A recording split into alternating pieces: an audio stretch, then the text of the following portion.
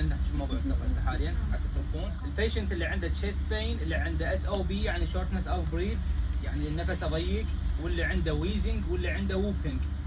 خوش يعني السؤال الديكي هذا السيمبتومز تدل على ان الشخص لازم يروح ريفير تو فيزيشن. فهذه مسألة جدا اساسيه.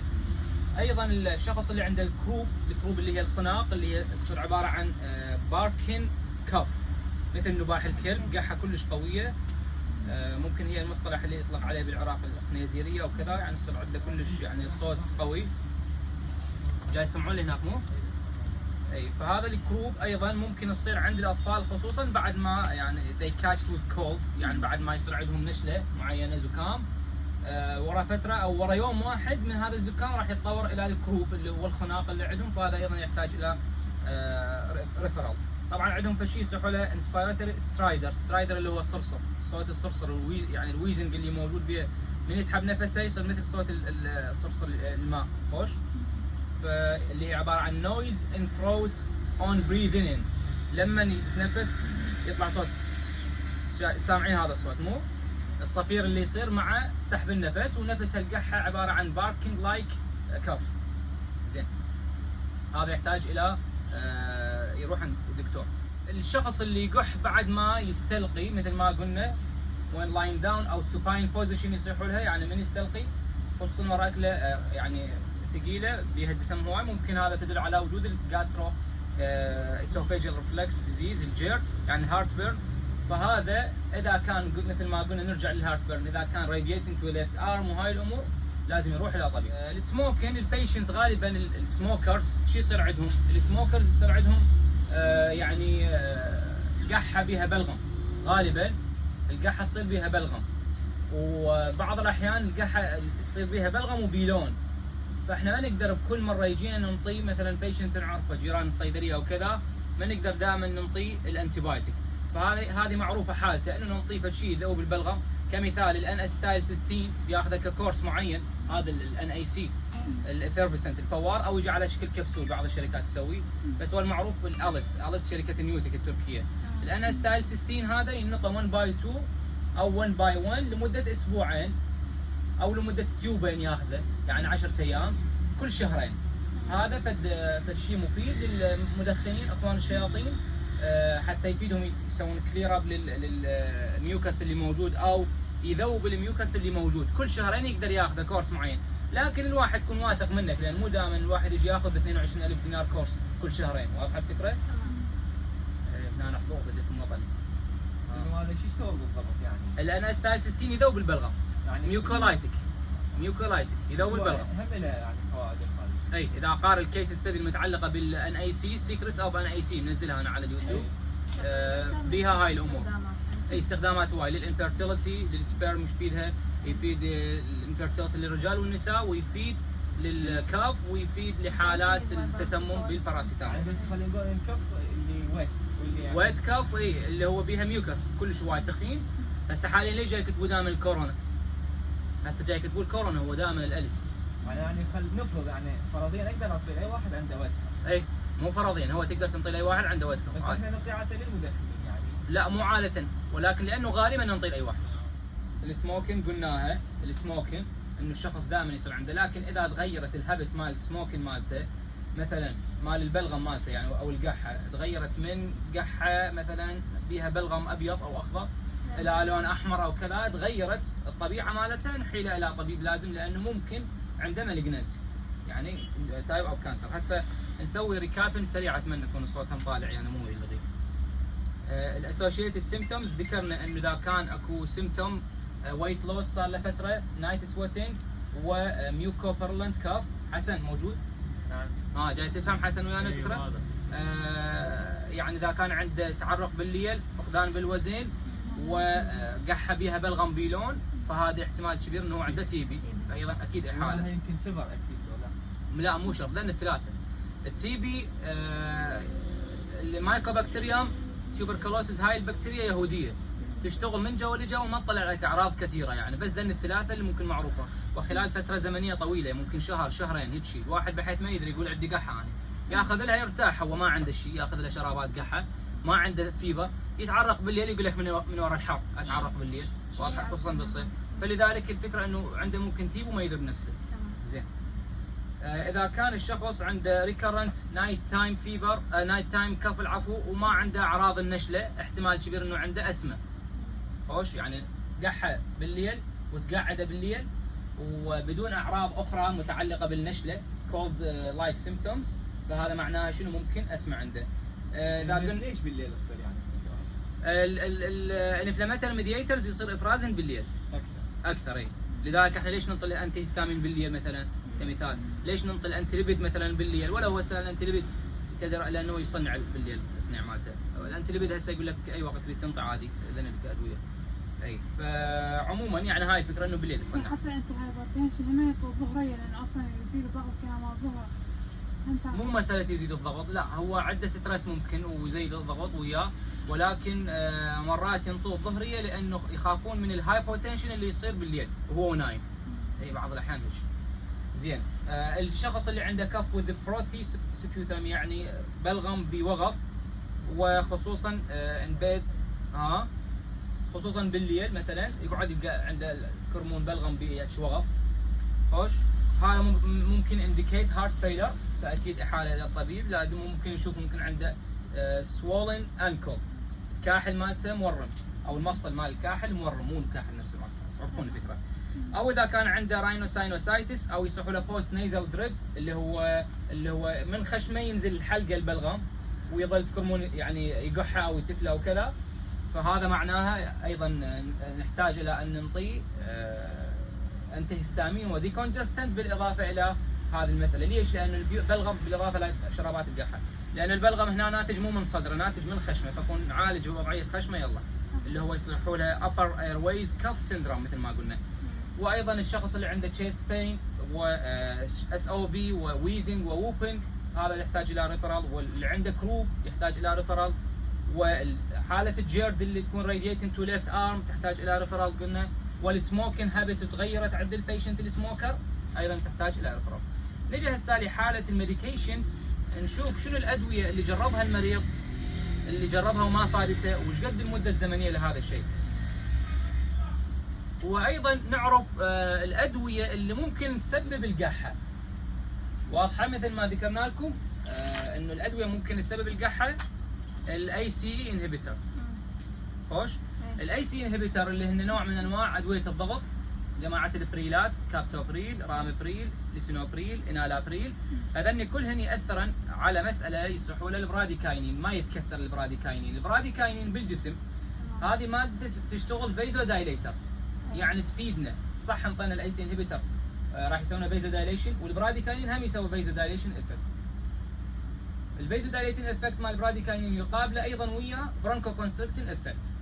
يعني صح هو راح يوسع لنا الاوعيه جيده البراديكاينين من ناحيه الفيزلز، من ناحيه الهايبرتنشن يقلله، لكن مو جيده من ناحيه القحه. ف20% من البيشنت اللي ياخذون كابتوبريل وجماعته ممكن يصير عندهم قحه جافه.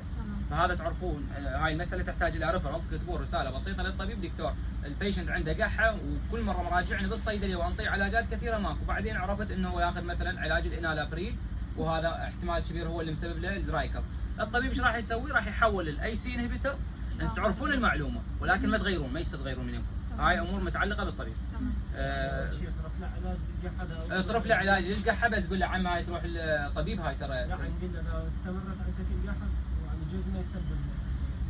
اذا اول مره جايكم انطيه علاج قحه راحت ما له دخل، يجوز تحسس بالقصبات، ولكن اذا متكرره المساله كل مره يرجع لك يقول لك ما فايدني وجربت كذا علاج، عم ايش تاخذ ادويه؟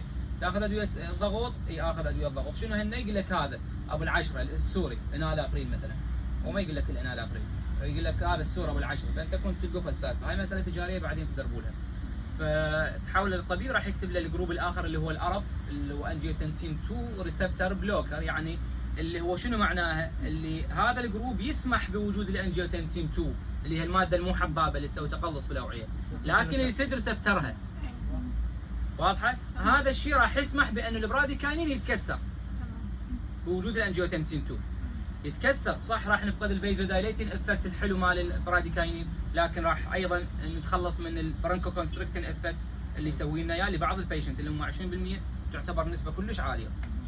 فهذه الادويه ممكن تسبب لنا ينطوها جماعه السارتانات، لو سارتان فالسارتان كبديل. معلومه هاي اضافيه تفيدكم. اللي الجحة بس واحد اللي يقح هو ونايم، احنا قلنا انه ممكن عنده جيرد وجاي يصعد يعني. ممكن ايه، بس يعني يكون وياها يعني حرقه خلينا نقول حرق، يعني ما تجي ما تصير واحد. عشان نسولف على مساله الجيرد قلت انه باللي ايه لابد عنده فد حريق بهاي المنطقه، يعني ما تجيك بس قحه، يعني هو عنده جيرد وياها قحه، لان هي طالعه الجيرد ظاهره عنده وياها قحه. تمام. شنو؟ ايش بيه؟ اي يقلص. اي فهو زين من ناحيه الاوعيه مثل ما قلنا، ومو زين من ناحيه القصبات، فلذلك احنا ال 20% مشكله، يعني نضطر نحاول للأقرب. نظريا الواحد اذا اراد يفكر يقول الاي سي اي افضل، لانه هو كانجيوتنسين 2 ماكو وبراديكانين اكو، اثنيناتهم يسوون فيزو دايليشن.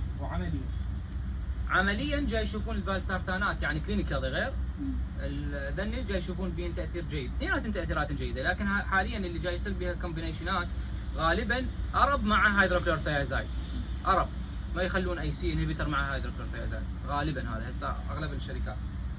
زين.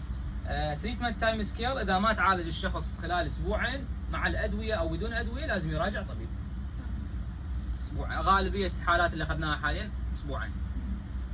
المانجمنت، النون فارماكولوجيك ثيرابي، ما راح نحكي عن الديمولسنت، ملطفات اللي هن حب المص. حكينا عليها. اي يعني مو احنا لانه جاي نعيد التصوير لانه ما كان بيه خلل، بلكي هالمره ان شاء الله ماكو خلل. فالديمولسنت بيه المواد يسوون كوت على الفارنج وعلى الثروت، يقلل نسبه التحسس اللي موجود والقحه. فهي هاي فكرتها. النون بريسكريبشن ميديكيشنز اللي هو الادويه اللي تنوخذ بالبيت او الاعشاب اللي تنوخذ بالبيت، مثلا الكاليبتوز يتفور بالمي وواحد يستنشقه، هاي الامور الموجوده. الشكر اللي يحرقوه ويسووا مثل الداغنبات او كذا، عسل ومي دافي، هاي كلها مات ادويه او امور تفيد. نجي هسه لاول جروب من جروباتنا اللي هن المتعلقه بالقحه، الفارماكولوجيك ثيرابي. اول شيء الانتي توسيف يعني مضادات القحه، يعني تنطى للدراي كف. اي ثانيا ثانيا للوت كف، الادويه اللي تنطى الاكسبكتورنتس ان ميوكولايتكس يصيحونها، مقشعات ومذيبات البلغم. نجي للانتي توسيف، الانتي توسيف بيهن مثلا الكوداين والفولكوداين اللي هو متوفر، والديكستروميثورفان. كوداين متوفر بالماده البالموكودين مثلا، اسم تجاري معروف هذا. اكيد هذا بي ادكتيف هابت كلش عاليه، بي كونستيبيشن افكت كلش عالي، يعني امساك يسوي كعرض جانبي. الديكستروميثورفان ايضا متعلق بالاوبيويد، لكن اقل من الكونستيبيشن واقل منهن ادكتيف هابت، لكن يصير به واقل سايد افكت وما ينعس. ذاك ينعس ويسوي امساك كلش ويسوي ريسبيراتوري ديبرشن، خصوصا يعني معناها انه مو ناتشرال، هو اصلا ذاك اوبيويد. الديكستروميثورفان يعتبر متعلق بالاوبيويد، شبيه تركيبه بالاوبيويد. واضحه؟ لانه هو ينعس ليش ياخذوه؟ يعني ادكشن، هو ادكشن يسوونه ايوفوريا، يعني يخلي الواحد طاير، ينعنش الواحد. واضحه؟ لان من يجي هو شو يسوي؟ طق البطل وشربه كله، يعني ما ياخذ له خاشوقتين. زين. مثل ما قلنا كمقارنه بسيطه، الكوداين ينعس، ديكستروميثورفان ما ينعس. كوداين يسوي امساك اكثر، هذا يسوي امساك اقل. كوداين يسوي ريسبيراتوري ديبرشن اكثر، هذا يسوي ريسبيراتوري ديبرشن اقل، يعني فشل بالجهاز التنفسي. يعني البيشنت هنا حتى ذاكر يقول لك البيشنت اللي عنده اسمه المفترض ما نستخدم له امور الكوداين والديكستروميثورفان، هو عنده قحه جافه لان عنده ربو، غير نعطي انتي توسيف، فيقول لك يفضل ما نستخدم الكوداين بهذا الموضوع. الديكستروميثورفان ممكن استخدامه بجرعه قليله لانه هو خاف يسوونه ريسبيراتوري ديبرشن، صح بنسبه اقل، ولكن الفكره ان الكوداين ممنوع للبيشنتس اللي عنده اسمه. الكوداين شغله يشتغل على السنتر مال الدماغ، الكف سنتر، يعني مركز القحه اللي موجود بالدماغ مباشره، ويسكته، وبالتالي كلش ناجح لعلاج القحه الجافه. ريفراكتوري دراي كاف، المقاومه، يعني علاجه بالكوداين، وهذا اكيد يحتاج الى وصفه طبيب. زين. احنا بعض الاحيان يجون معارفنا اهلنا كذا نقدر نعطيه اذا نعرف وضعيته ونعرف انه هذا ما متوجه للادكشن وكذا، يعني نقدر نعطيه بالموكودين بكوداين، يعني نقدر نعطيه علبه واحده حتى لا يصير يعني هابت، يعني ادكتيف يكون له. خوش. فنقدر يعني نعلم على هذا الشيء. ديكستروميثورفان او تي سي يعني عادي. اي او تي سي ديكستروميثورفان. هو الأحسن نصرف هذا دكتور مو ثاني. هسه الديكستروميثورفان اي السيدلار الديكستروميثورفان هو هذا اللي نصرفه، احنا ما نصرف كوداين، مو او تي سي الكوداين، تي او ام فقط.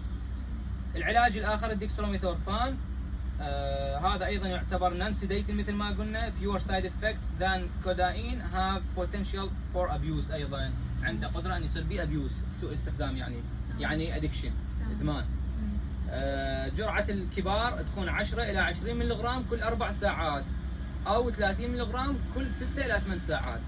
احنا قلنا اعطينا هذا من يمك ولا زحمه عليك عندي نفسه سيدلار. اي الديكستروميثورفان يجي بكل 5 سي سي 15 ملغ، بمعنى الكبار جرعه الكبار اذا ملاحظين دائما من يجون اقول له تاخذ 10 سي سي 3 اوقات باليوم، 10 سي سيات 3 اوقات باليوم فينقى منها. هذا ملعقه طعام مثلا للاشخاص مثلا جو 12 سنه كذا نقدر، و5 سي سي مثلا للاطفال من 6 سنين الى يعني مثلا 8 سنين 9 سنين 5 سي سي بس ننطي، يعني 15 ملغ باي 3، 15 ملغ باي 4 مثلا. اذا كبار السن لا ننطي 30 ملغ اللي هو 10 سي سي باي 4 او باي 3. زين.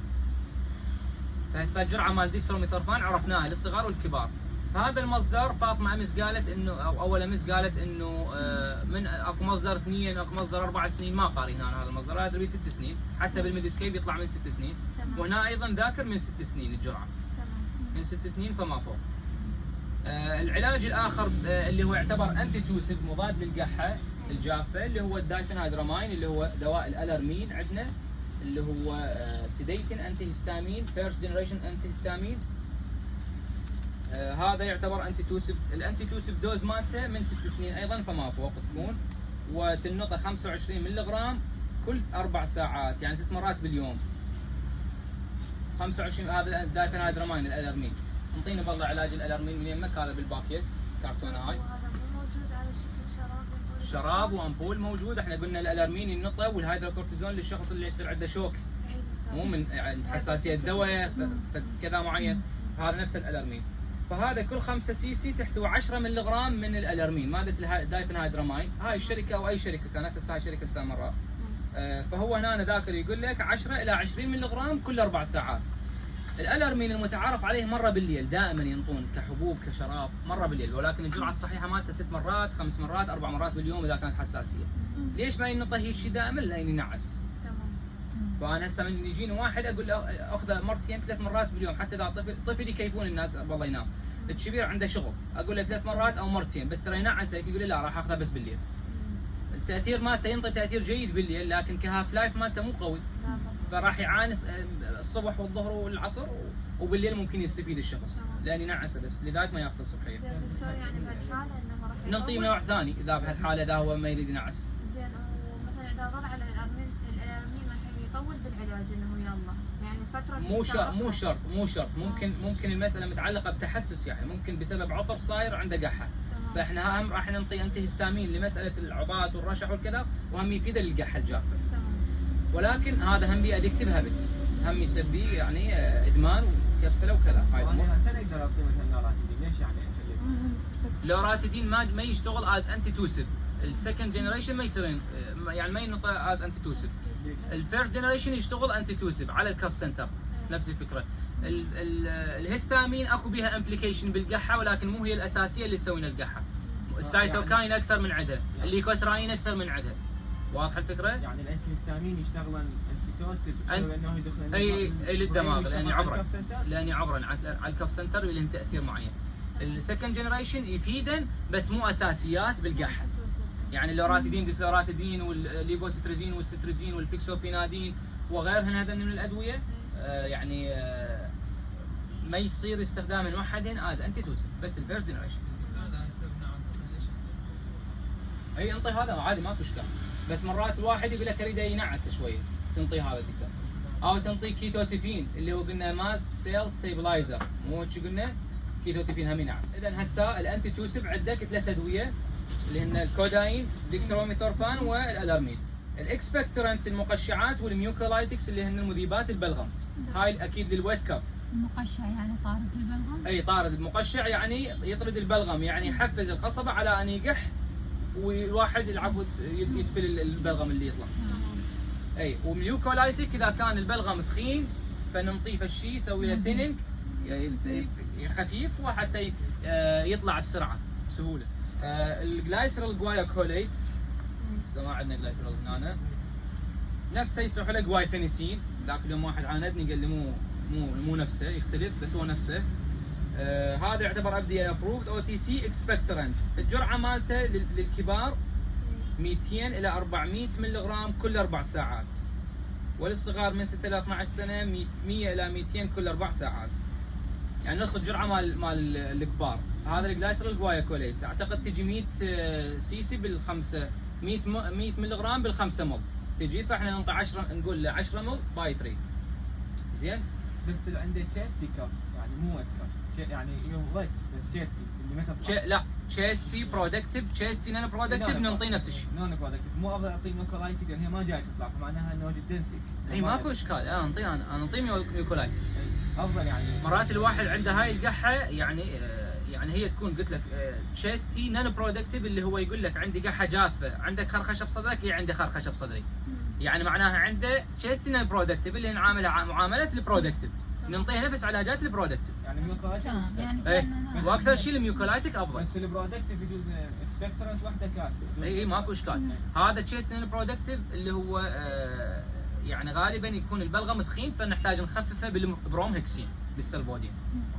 طبعا السلفودين نفسها ما تنطي حالات الان اي سي الانستايسيستين، مو قلنا الانفيرتيليتي، فهذا هم يفيد الانفيرتيليتي. دائما تلقوا بوصفات الخصوبه للرجال يكتبون هذا الشيء. زين. البرومهكسين اللي هو عباره عن ميوكولايتيك يستخدم لعلاج respiratory disorders associated with productive cough. It is usually given orally in a dose of 8 الى 16 ملغ 3 مرات باليوم. فهذا مو احنا يجينا السلفودين دائما شو يقول له، او البرومهكسين شو يقولون الصيدليات؟ اخذ 5 سي سي لو خاشوقة اكل 3 اوقات باليوم. غلط الحكي، لازم 10 سي سي على الاقل 3 اوقات باليوم. خاشوقة الاكل 7 سي سي بيها. فاحنا نعطي يكون 10 سي سي باي 3 اللي هو ايش قد؟ اللي هي الجرعه الاقل من هذا، اقل واحده. شوف قايل من 8 الى 16، انا دائما اكتب 10 سي سي باي 3 اللي هي عباره عن 8 ملغ باي 3. نعم باليوم. اي للكبار الى 45 سي سي الى 60 سي سي كماكسيموم دوز 60 سي سي باليوم. يعني هذا نقدر نعطيه 20 سي سي باي 3 اللي هو 16 ملغ باي 3، لان كل 5 سي سي كل سي سي اختصارها هسه قسم ما يعرفون شنو سي سي مع الاسف. سي سي اللي هو نفس المول، سي سي اللي هو كيوبك سنتيمتر مكعب، اللي هو المول اللي هو المليلتر عموما. فهذا كل 5 مل تحتوي على 4 ملغ من البرومهكسين. فاحنا ايش ننطي؟ ننطي 10 سي سي اللي هو 8 ملغ باي 3، او ننطي 12 سي سي 13 15 سي سي.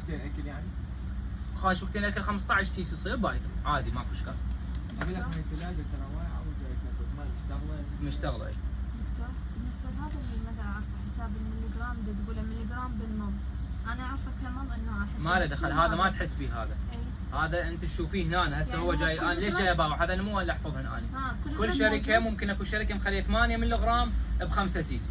انا هسه جاي اشوف هنا بهاي الشركه مخليه البرومهكسين 4 ملغ ان ايتش 5 مل. تمام. هذا هو. اذا انا شنو اللي عندي؟ اعرف انه انطي الجرعه تكون ايش قد؟ 8 اقل شيء ملغ باي 3. فشطنا هسه ايش قد 8 ملغ؟ 10 سي سي اذا انطينا اللي هي 8 ملغ باي 3. تمام. ما بيش المساله واضحه جدا. هذا البرومهكسين اللي هو مذيب بلغم، جلايسرال جوايكوليت اللي هو جوايفينيسين مقشع يحفز على القحره ثانوي. زين. قبل العلاجات الاديشنال ثيرابيز اكو علاجات عشبيه موجوده مثل الثايم اللي هو الزعتر، الايفي اللي هو نبات اللبلاب.